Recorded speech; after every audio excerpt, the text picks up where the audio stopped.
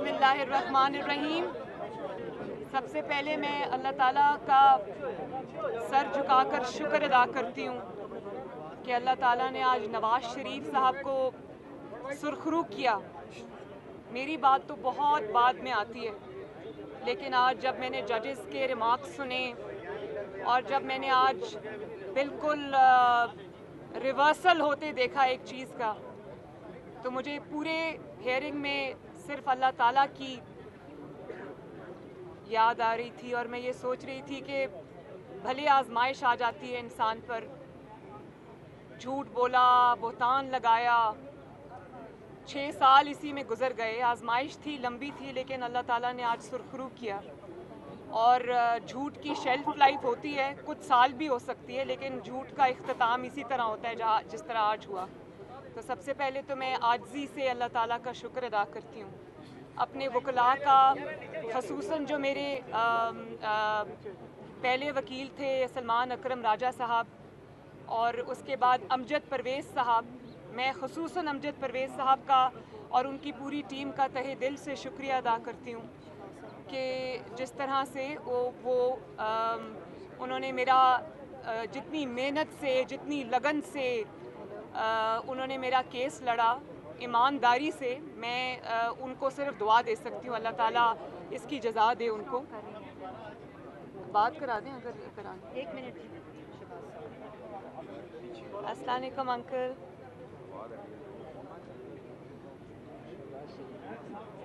जी मैं इस वक्त प्रेस टॉक कर रही हूँ जी। बहुत शुक्रिया आपका uncle, thank you uncle ji, thank you very much uncle. आपको भी मुबारक हो जी, थैंक यू जी, अल्लाह हाफिज़ जी। और मैं मियाँ साहब को अभी ये कह रही थी कि भले आजमाइश आई, 6 साल 7 साल हो गए, आपको एक झूठ का सामना करना पड़ा। अल्लाह ताला ने उस आजमाइश में भी आपको साबित कदमी दी, और आज अल्लाह ताला ने जब आपको सुरखरू करके निकाला है तो पहले से ज़्यादा इज़्ज़त दे के निकाला है। मेरा ये नहीं ख्याल कि पाकिस्तान की तारीख़ में कोई भी ऐसा सियासी लीडर आया है जिसका इतना कड़ा एहतसाब हो, जितनी बड़ी मुश्किलात के पहाड़ टूटे हों। कोई सियासी लीडर इस किस्म के एहतसाब से नहीं गुज़रा, और कोई सियासी लीडर इस तरह से सुरखरू नहीं हुआ जिस तरह से सुरखरू आज नवाज़ शरीफ साहब को अल्लाह ताला ने किया। मुझे ये भी याद है कि जब पैनामा के लिए ये पैनामा का शोर उठा तो नवाज़ शरीफ साहब को, उनका ज़ाहिर है जब आपने कुछ नहीं किया होता तो आपका पहला रिएक्शन ये होता है कि आप ये कहते हैं कि मैं इसको फेस करूँगा, मैं इसका जवाब दूँगा। तो नवाज़ शरीफ साहब ने यही किया। उनके जो रुफ़क़ा हैं, उनके दोस्त हैं, उनके चाहने वाले, उन्होंने उनको ये कहा कि ये कोई लीगल मुकदमा नहीं है, ये कोई कानून की बात नहीं है, आपको ये सज़ा के लिए पूरा ट्रैप सेट किया जा रहा है। तो आप इस मुकदमे में आप इस मुकदमे में ना पेश हों, आप अपना जो भी आपको हासिल है, जो भी इम्यूनिटी आपको मिलती है वो आप ले लें, और आप ये ना करें, क्योंकि इनका ये मकसद आपको सज़ा देना है। ये आपकी जो तावील है, जो आपकी लीगल आपके पॉइंट्स हैं, जो हक़ाइक़ हैं, वो ये नहीं सुनेंगे। लेकिन नवाज़ शरीफ साहब ने ये कहा कि नहीं, मैं इस एहतसाब को फ़ेस करूँगा, मेरी बेटी भी फ़ेस करेगी, मेरी ख़ानदान भी फ़ेस करेगा, मेरे बच्चे भी फ़ेस करेंगे। इंशाअल्लाह ताला वो सुरखरू होंगे। तो आज वो अल्लाह ताला ने दिन हमें दिखा दिया। लेकिन अब ये भी देखें आप कि जिस शख्स ने ये इल्ज़ाम लगाया नवाज़ शरीफ साहब के ऊपर, जिसने झूठ बोला, जिसने बुहतान लगाया, जिसने पूरी अपनी 30 साल सियासत नवाज़ शरीफ के ऊपर बेस करके की, आज मैं उस शख्स का चेहरा देखना चाहती हूँ। वो आज क्या सोचता होगा, आज उसके पास कहने को क्या है। इस केस के मुतालिक जो इसके हक़ाइक़ हैं, मेरी ज़बान पे ताला लगा रहा, क्योंकि केस अदालतों में था, जजेस के सामने था, तो मैं उस पर ज़्यादा गुफ्तगू नहीं की मैंने। लेकिन अब क्योंकि अल्लाह ताला ने सुरखरू किया, आज फ़ैसला आया। अब मैं इसके ऊपर डिटेल्ड एक प्रेस कॉन्फ्रेंस जो है वो मैं ज़रूर करूँगी 1-2 दिनों में। लेकिन देखें, मैं आज उससे ज़रूर ये पूछना चाहूँगी कि अल्लाह ताला ने तुम्हें नाकाम भी किया, तुम्हें झूठा भी साबित किया, तुम्हें साजिशी भी साबित किया। अब तुम क्या करोगे? तुम जितनी चाहे झूठी तावीलें लेकर आओ, लेकिन हकीकत यह है कि तुम नाकाम हुए हो और नवाज शरीफ को अल्लाह ताला ने सुरखरू किया। और इंशाअल्लाह ताला अल्लाह ताला वो दिन भी लाएगा। आप डार साहब को देख लें। डार साहब जिस प्राइम मिनिस्टर के जहाज़ पे गए थे, अल्लाह ताला उसी प्राइम मिनिस्टर के जहाज़ पे उनको लेके आया। जिन्होंने उन पर इल्ज़ाम लगाया, उन्हीं के सदर ने उनसे ओथ लिया और आज वो पूरी आबोताब के साथ वज़ीर ख़ज़ाना अल्लाह ताला ने उनको एक बार फिर पाकिस्तान की खिदमत का मौका दिया। तो इसी तरह इंशाअल्लाह बहुत जल्द अब नवाज शरीफ साहब भी वापस आएंगे। तो इसके ऊपर जो इमरान खान को यही कहना चाहूँगी कि तुम एक बेबस शख्स हो। आज तुम्हें जवाब देना पड़ेगा कि तुमने ये बहतान क्यों बांधे, तुमने झूठ क्यों बोला, तुमने झूठ के ऊपर अपनी सियासत क्यों की, और आज तुम जवाब दो ना दो, तारीख तुमसे ये जवाब इंशाअल्लाह लेकर रहेगी। अब आप आ जाएं वो जो कल लीक्स सामने आई हैं। मरियम, पहले मुकदमे के हवाले से एक सवाल ले लें कि ये मुकदमा पनामा वाला ये इमरान खान ने आपके ख़िलाफ़ नहीं बनाया था, और जिस दौर में ये बना था वो आप भी जानती हैं और इस्टेब्लिशमेंट उसके पीछे थी। तो आप नहीं समझती कि इसमें सिर्फ इमरान खान कसूरवार नहीं है, इस्टेब्लिशमेंट भी कसूरवार है? इसका बेनिफिशरी कौन है? इसका बेनिफिशरी कौन है? तो साजिशी कौन? नवाज शरीफ साहब को हटाकर जो आज साजिशी है ना, वो भी कहीं दूर बैठा हुआ है। एक सेकेंड। इसका बेनिफिशरी जो है उसको सब पता था कि वो उसकी प्लानिंग के साथ ये हुआ, उसकी प्लानिंग के साथ नवाज शरीफ को हटाया गया। उसमें तो इतनी पसली नहीं थी कि वो इक़्तिदार में अपने ओन पे आ सकता। वो बैसाखियों पे आया, इस मुकदमे के थ्रू आया और नवाज शरीफ को फाउल प्ले के ज़रिए मैदान से बाहर करके आया। क्योंकि नवाज शरीफ अगर मैदान में रहता तो इमरान खान 3 ज़िंदगियां और होती तो वो कभी भी इस ओहदे तक नहीं पहुंच सकता था। तो इसका बेनिफिशरी वो है। और जो इसके दूसरे जो उनके कोचेज़ हैं वो अब अल्लाह ताला ने किया तो उनका काम भी ख़त्म है। तो मैं ये अब अपनी बात जो है, मैं क्योंकि मैं इस पे कह चुकी हूँ कि मैं इस पे डिटेल्ड जो प्रेशर है वो करूँगी इंशाल्लाह, और हक़ाइक़ के साथ करूँगी, हक़ाइक़ पूरे कौम के सामने रखूँगी। लेकिन अब ये जो लीक्स हैं उनके ऊपर आप आ जाएं कि देखें, झूठा तो वो साबित हुआ। मेरे लिए वैसे कोई बहुत शॉकिंग नहीं थी ये जो लीक हुई है।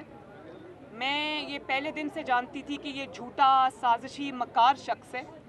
मेरे लिए तशवीश की बात बतौर पाकिस्तानी, कल मैंने अपने ट्वीट में भी ये कहा था, वो ये है कि एक साजिशी जहन का इंसान जो फॉरेन फंडेड है, जो पाकिस्तान की दुश्मन ताकतों से डॉलर्स लेकर, जो उस पर साबित किया ईसीपी ने, डॉलर्स लेकर पाकिस्तान में तबाही, इंतशार और फितना फैलाता रहा।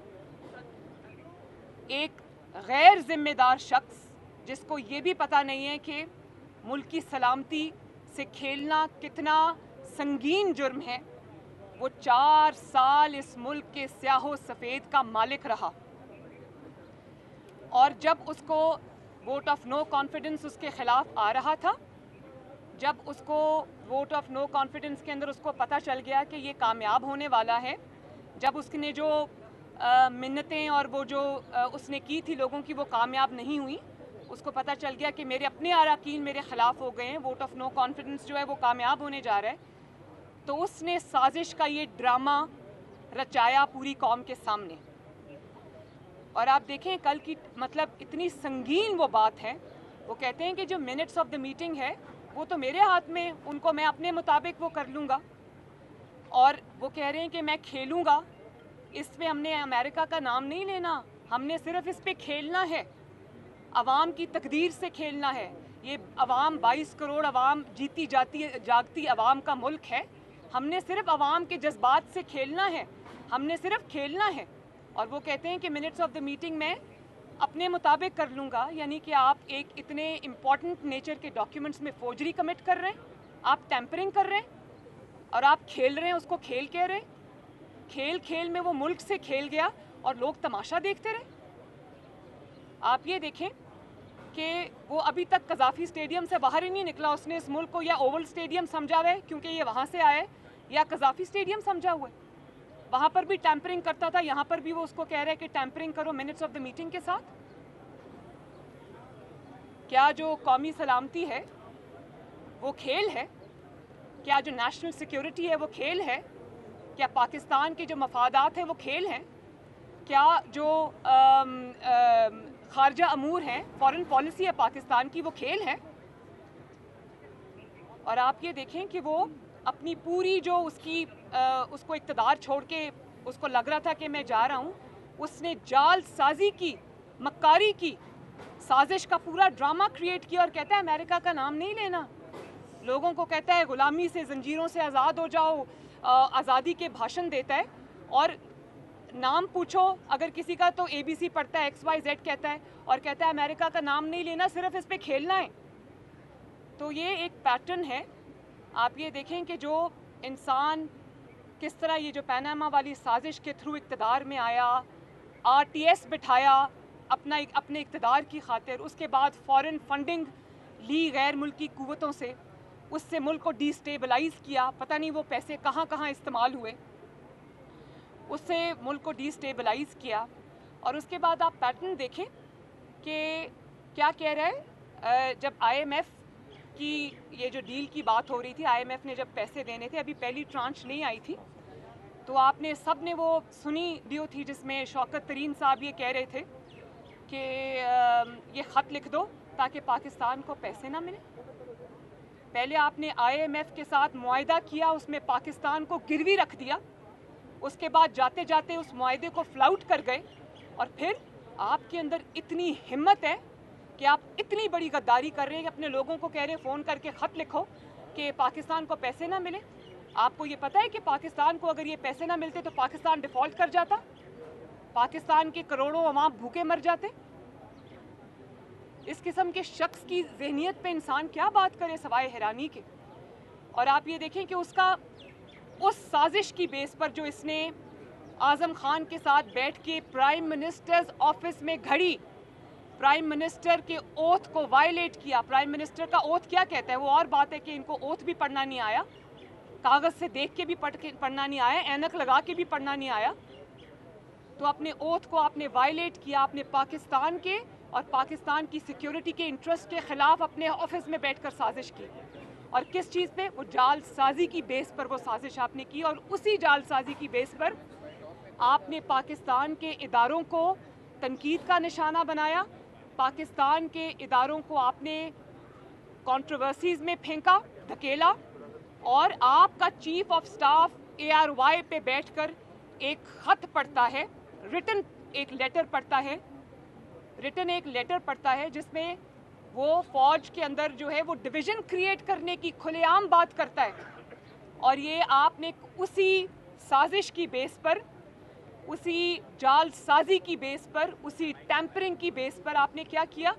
आपने अफ़वाज पाकिस्तान पर हमले किए, आपने शुहदा पर हमले किए, आपने ECP को कंट्रोवर्शियल बना दिया, आपने सियासी इदारों पे हमले किए, आपने सियासी जमातों के ऊपर हमले किए, आपने पाकिस्तान की सालमियत पे हमले किए। और किस चीज़ की बेस पर? शैतानी दिमाग के इख्तरा की बेस के ऊपर। और फिर देखें, फ़र्क देखें आप ज़रा कि आप मतलब बीवी भी यही कह रही है, वो पीरनी साहिबा भी ये कह रही है, अरसलान बेटा जो अगर हम पे तनकीद करे उसको आप गद्दारी से लिंक कर दो। और हस्बैंड क्या कर रहा है? बैठकर प्राइम मिनिस्टर के ऑफिस में वो फोर्जरी कर रहा है, वो पाकिस्तान के इतने एक सेंसिटिव चीज़ के साथ वो टैंपरिंग कर रहा है, क्योंकि उसने एक ड्रामा करना था, उसने अवाम के अंदर ये फितना फैलाना था।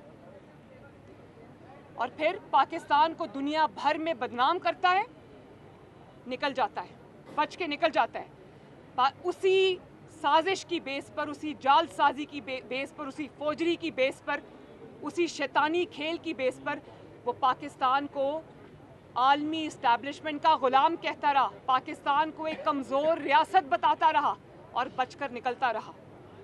दोस्त ममालिक को और यूनाइटेड नेशंस को पाकिस्तान के ख़िलाफ़ ख़त लिख कर उसमें जहर उगलता रहा। किस चीज़ की बेस पर? उस जाल साजी की बेस पर जो इसने आज़म खान के साथ बैठ के प्राइम मिनिस्टर्स ऑफिस में की। अवाम को बगावत पे उकसाता रहा। अभी आपने देखा जीसी यूनिवर्सिटी में खड़े होकर क्या सरमन दे रहा था, क्या भाषण दे रहा था पाकिस्तान की आने वाली नस्लों पर को। उनको कह रहा था मेरे खिलाफ साजिश हुई। आज वो बच्चे भी सोचते होंगे जिनके सामने खड़ा होकर उनको भाषण दे रहा था कि ये साजिश हमें क्या बता रहा था कि मेरे खिलाफ बैनुल अक़वामी साजिश हो गई। और निकला क्या? निकला ये कि प्राइम मिनिस्टर के कमरे में बैठ के दो शैतानी दिमागों ने उस साजिश को घड़ा, गुमराह करता रहा पूरी आवाम को।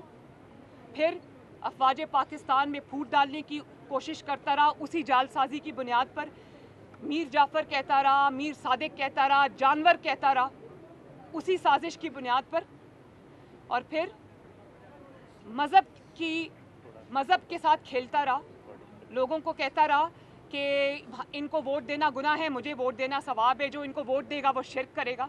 मज़हब का तमाशा बनाता रहा, दुनिया बैठ के देखती रही, मजहबी हमारे जो कायदीन है वो भी बैठ के देखते रहे, किसी ने उसके बारे में कुछ नहीं कहा। मैं ये पूछना चाहती हूँ कि एक झूठे साजिश की आड़ के अंदर वो ये सब करता रहा और सब इदारे और हम सब बैठकर हुकूमत समेत ये सब तमाशा देखते रहे। ये है कौन जिसको इतनी खुली छुट्टी मिली हुई है? ये है कौन कि ये संगीन से संगीन जुर्म का इर्तिकाब करके चुप करके बच के निकल जाता है? मरियम तेरी जुर्रत को, यार एक सेकंड, मरियम तेरी जुर्रत को। यार ये प्रेस कॉन्फ्रेंस है यार। मैं हुकूमत ने एक JIT बनाई है। मैं समझती हूँ कि जिस तरह पनामा में JIT ने रोज़ की बुनियाद पर काम किया था, इसी तरह हाई पावर JIT बनाई जाए।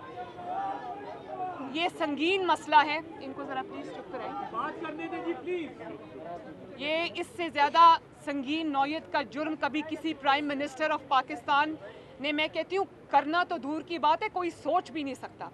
हाई पावर JIT बननी चाहिए जिसके अंदर हुकूमत के वज़रा हों, जिसके अंदर ISI के मेंबर्स हों, जिसके अंदर IB के मेंबर्स हों, जिसके अंदर लॉ मिनिस्ट्री के मेंबर्स हों और जिसके अंदर FIA के मेंबर्स हों। और इमरान खान, आज़म खान, शाह महमूद कुरैशी साहब और जो सफ़ीर थे उस वक्त के क्या नाम था उनका, असद मजीद साहब, इन सब को बुला के इनसे इन्वेस्टिगेशन की जाए कि कौम के साथ इमरान खान ने इतना घिनौना खेल किस तरह खेला। और अगर हम ये सब नहीं कर सकते तो फिर हमें सबको ना आंखें बंद करके घर जाके कंबल लेके सो जाना चाहिए। अगर हम ये भी नहीं कर सकते, इस मुल्क को बचाना हमारा फ़र्ज़ है, इस साजिशी से इस मुल्क को बचाना हमारा फ़र्ज़ है और इंशाअल्लाह ताला ये फ़र्ज़ हम पूरी कुव्वत से अदा करेंगे। मरीम साहबा ये बता दें कि आप जो सियासी खेल शुरू किया था, मैम जिन लोगों ने आप पे केस बनाए थे, क्या कभी किसी से आमना सामना हुआ, किसी ने माफ़ी मांगी कभी इससे पहले, और अब आप क्या मुतालबा करती हैं?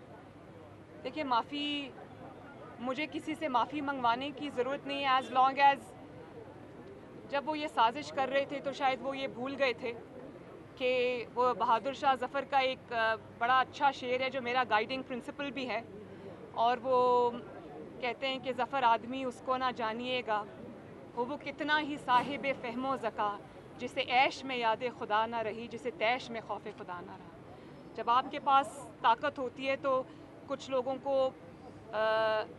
जिनकी नाकामी अल्लाह ताला को मंजूर होती है तो उनकी आंखों पे पट्टी बन जाती है और वो ये समझते हैं कि ये जो ताकत है ये हमेशा लास्ट करेगी। उसी ताकत के नशे में जब वो ये काम करते हैं तो वो ये भूल जाते हैं कि अल्लाह ताला की ज़ात सब कुछ देख रही है और ये शॉर्ट लिव्ड होता है। आसमान का निज़ाम हरकत में आता है। आज मुझे जजेस की बड़ी मेहरबानी, उन्होंने इंसाफ किया, लेकिन मुझे इसमें कोई दो राय नहीं है कि ये फ़ैसला अल्लाह ताला की तरफ से आया है, आसमान की तरफ से आया है। और जब अल्लाह का हुक्म था ये फ़ैसला आ गया। मुझे आज वो नवाज़ शरीफ साहब ने जो उंगली उठा के कहा था कि मैं अपना मामला अल्लाह ताला पे छोड़ता हूँ, तो आज मुझे लगता है कि अल्लाह ताला ने उनके उन अल्फाज पे उनको सुरखरू किया।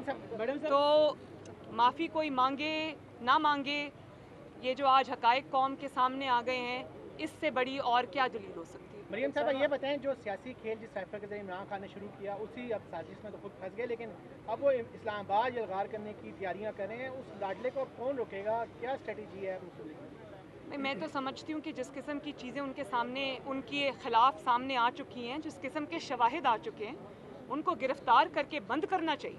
उनको बिल्कुल इजाज़त नहीं होनी चाहिए कौमी सलामती से खेलने की, पाकिस्तान के इस्तेहकाम से खेलने की, पाकिस्तान की मईशत से खेलने की, क्योंकि 4 साल ये बहुत कर चुके, वो अब भी कर रहे हैं। तो वो किसी का लाडला अगर होगा तो होता रहे, हमारा लाडला वो बिल्कुल भी नहीं है और इंशाअल्लाह ताला अब उसको कानून का सामना करना पड़ेगा। ये बताइएगा कि ऑडियो की अभी आपने बात की तो आपकी भी ऑडियो आई हैं जिसमें पेट्रोल के हवाले से आप चचा को कह रही हैं कि मैं यहाँ पे ऐसा करूँगी, और आप पेट्रोल की भी बात कर रही हैं, सेहत कार्ड के हवाले से भी बात कर रही हैं, फिर आपने दामाद बड़ा के अच्छा हवाले किया, से आपने बहुत अच्छा आप किया। उस हवाले मुशर्रफ के हवाले से भी कह रही हैं, तो ये बताएं कि इस पे आप क्या कहना चाहेंगे, क्योंकि अवाम तो ये कहती है आपके दिल में अवाम का दर्द है, लेकिन यहाँ पे एक मिनट, अब बात खत्म हो गई ना, मैंने सवाल सुन लिया। अब मुझे अब बड़ा अच्छा किया, याद करा दिया, इतना इंपॉर्टेंट पॉइंट मेरे दिमाग से निकल जाता। मैं आज, क्योंकि प्राइम मिनिस्टर ने खुद ही उस दिन कौम के सामने कह दिया ये बात, उन्होंने क्लैरिफाई कर दिया। जहाँ तक मेरे दामाद राहील मुनीर का ताल्लुक़ है तो बिल्कुल वो मेरे बेटों से बढ़ के है, मेरे लिए बहुत अच्छा बच्चा है। एक पुराने कारोबारी ख़ानदान से उसका ताल्लुक़ है, ख़ुद भी वो अपने जो ख़ानदान का कारोबार है उसको वो चलाता है, देखता है। तो कल मुझे किसी ने इमरान ख़ान की स्टेटमेंट भेजी कि मरियम को शर्म आनी चाहिए कि वो इंडिया से दामाद के लिए मशीनरी मंगवा रही थी। तो मैं ये कहना चाहती हूँ, मैं इमरान ख़ान की किसी बात का जवाब नहीं देना चाहती। मेरी नज़र में वो इस काबिल नहीं है कि उसका नाम भी लिया जाए, लेकिन शर्म इमरान ख़ान को आनी चाहिए, क्योंकि मेरे दामाद की जो मशीनरी आई थी वो इमरान ख़ान के दौर में आई थी जब वो प्राइम मिनिस्टर थे। तो शर्म तो फिर इमरान ख़ान को आनी चाहिए, हालांकि जायज़ काम था। वो आधी मशीनरी उसकी तब आ गई थी। फिर आधी मशीनरी के लिए उन्होंने जब एप्लीकेशन दी तो उन्होंने कहा कि मेरी आधी मशीनरी आ चुकी है, आधी की वजह से मेरा प्लांट जो है वो नहीं चल पा रहा। तो उन्होंने जब एप्लीकेशन दी तो प्राइम मिनिस्टर्स ऑफिस में उसको चेक किया गया, तो उन्होंने, मुझे फ़ख्र है इस बात का कि प्राइम मिनिस्टर ने कहा कि नहीं, ये कानून अब तब्दील हो गया है। पहले इंडिया से मशीनरी अलाउड थी इंपोर्ट, अब इंपोर्ट पे बैन लग गया है, तो आप कहीं और से मशीनरी मंगवा लें, ये मशीनरी नहीं आएगी। तो उन्होंने कहा मैं ख़ुद बता दूंगा। उन्होंने ये बात मुझे भी बताई, राहील को भी बताई, और हमने कहा बिल्कुल ठीक है। किसी ने ना कोई उसके बाद उस मामले को उठाया ना कुछ किया। तो उन्होंने भी कानून का एहतराम किया, मैंने भी अपने मुल्क के कानून का एहतराम किया, अपना जायज़ चीज़ भी छोड़ दी, अपना जायज़ हक भी छोड़ दिया, लेकिन कानून के ख़िलाफ़ कुछ नहीं किया। दूसरी बात मैंने जब प्राइम मिनिस्टर को पेट्रोल की कीमतों वाली जो है उसमें मैं उनको कह रही हूँ कि जब आप ये डिसीजन करते हैं पेट्रोल की कीमत वाला, क्योंकि आवाम के ऊपर इससे तकलीफ़ आती है, आवाम के मसाइल में इजाफा होता है जब कीमतें बढ़ती हैं, तो जब ये ऐलान होना चाहिए टीवी पे तो उसमें हंसना खेलना या कोई गैर संजीदगी का मुजाहरा नहीं होना चाहिए इस चीज़ को, क्योंकि लोगों के ऊपर तकलीफ़ आ रही है, आप उसका ऐलान कर रहे हैं। तीसरी बड़ी अच्छी बात की आपने सेहत कार्ड की, आप वो सेहत कार्ड वाली ऑडियो दोबारा निकाल के सुने। अव्वल तो 5 में से 4 ऑडियो सारी मेरे बारे में आई हैं, अपेरेंटली ये प्राइम मिनिस्टर हाउस की लीक्स हैं, लेकिन वो सारी मरियम नवाज़ के बारे में है। मुझे ये पता है कि ये कहाँ से हो रहा है, ये इमरान ख़ान भी शामिल है, उसका कोच भी इसमें शामिल है। हाउएवर 20 मिनट की बात में से आपने वो 2 लाइंस निकाल ली, वो भी झूठ। आप वो आज सुने, मैं प्राइम मिनिस्टर को कह रही हूँ, पूरी मैंने तमहीद बांधी। मैंने कहा ये जो हेल्थ प्रोग्राम है वो नवाज़ शरीफ साहब ने लॉन्च किया था, मैंने उस पर मेहनत की थी दिन रात। हमने जगह जगह जाके as prime minister Nawaz Sharif साहब ने मुझे साथ लेके जाके उन्होंने ये हेल्थ प्रोग्राम लॉन्च किया था, उसको पीछे से मैं देखती थी, क्योंकि आवाम की फ़लाह बहबूद का वो एक था, उसमें गरीब लोगों के इतने बड़े बड़े ऑपरेशन सर्जरीज जो हैं वो मुफ्त होते थे। तो मैंने कहा कि ये बड़े तरीके से ये शो करता है कि जैसे हेल्थ कार्ड इसने किया है। तो मैंने प्राइम मिनिस्टर को कहा कि आप उसको ऑन करें, मैंने ये कभी नहीं कहा कि आप उसको बंद करें। मैं इमरान ख़ान नहीं हूँ कि जब बाई इलेक्शंस आए तो हमज़ा ने जो 2000 यूनिट से कम जिनकी बिजली खर्च होती थी, 200 यूनिट से कम जिनकी बिजली खर्च होती थी, तो उसने उनके लिए बिजली फ्री कर दी। इमरान ने कोर्ट में जाके वो बंद करा दिया। मैं वो नहीं हूँ, मैंने तो ये हेल्थ प्रोग्राम बनाया है।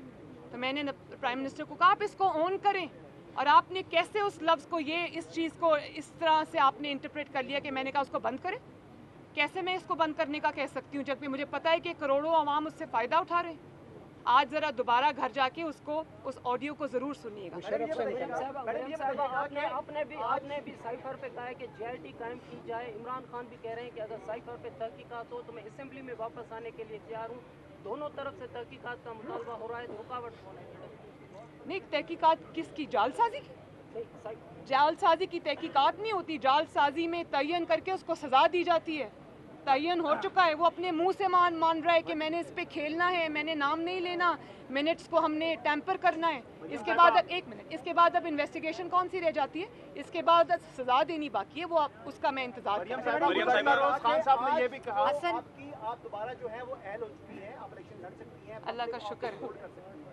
तो क्या इसी दौर के अंदर, क्योंकि आइंदा साल इलेक्शन है, तो हम आपको देखें किसी असेंबली में, पंजाब असेंबली में या कौमी असेंबली में?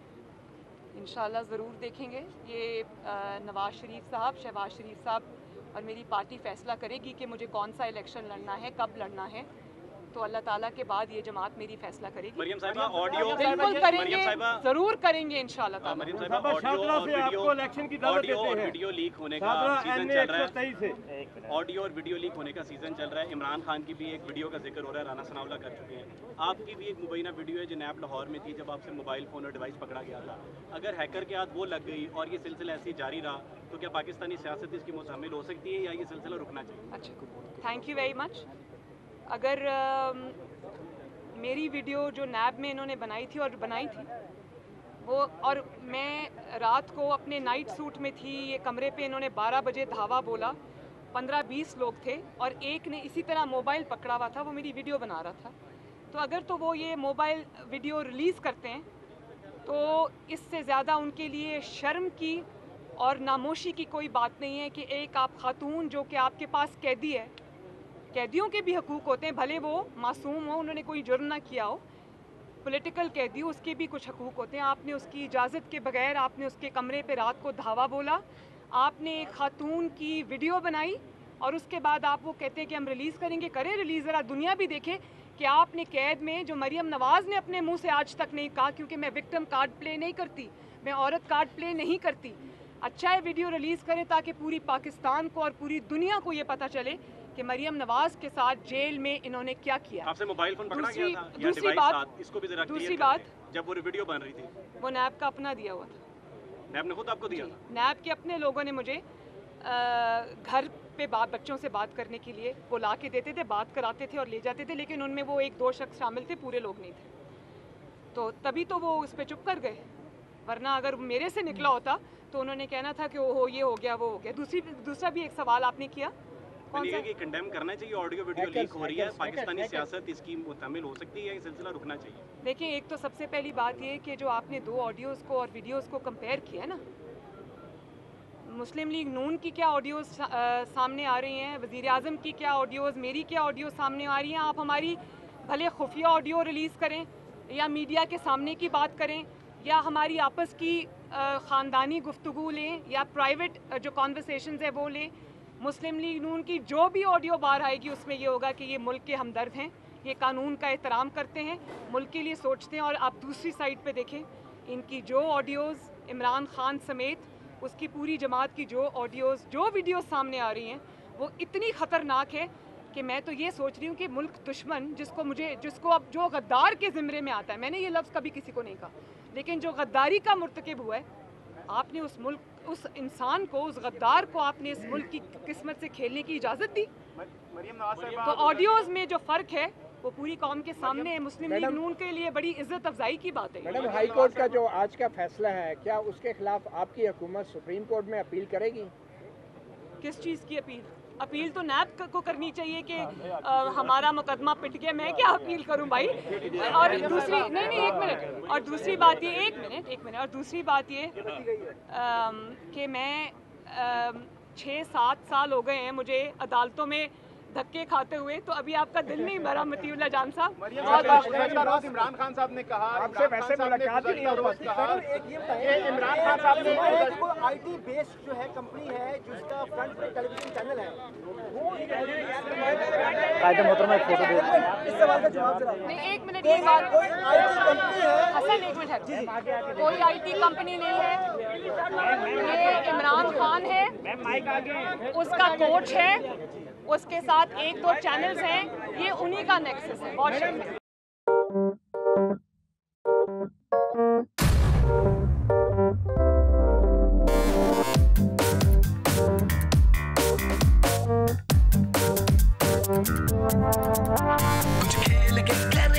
खिलाड़ी अपना सीन ऑन, देख लो भाई देख लो, है आखिरी खिलाड़ी कौन, आखिरी खिलाड़ी कौन, कुछ खेल के करेगा ये खिलाड़ी अपना सीन ऑन, देख लो भाई देख लो, है आखिरी खिलाड़ी कौन।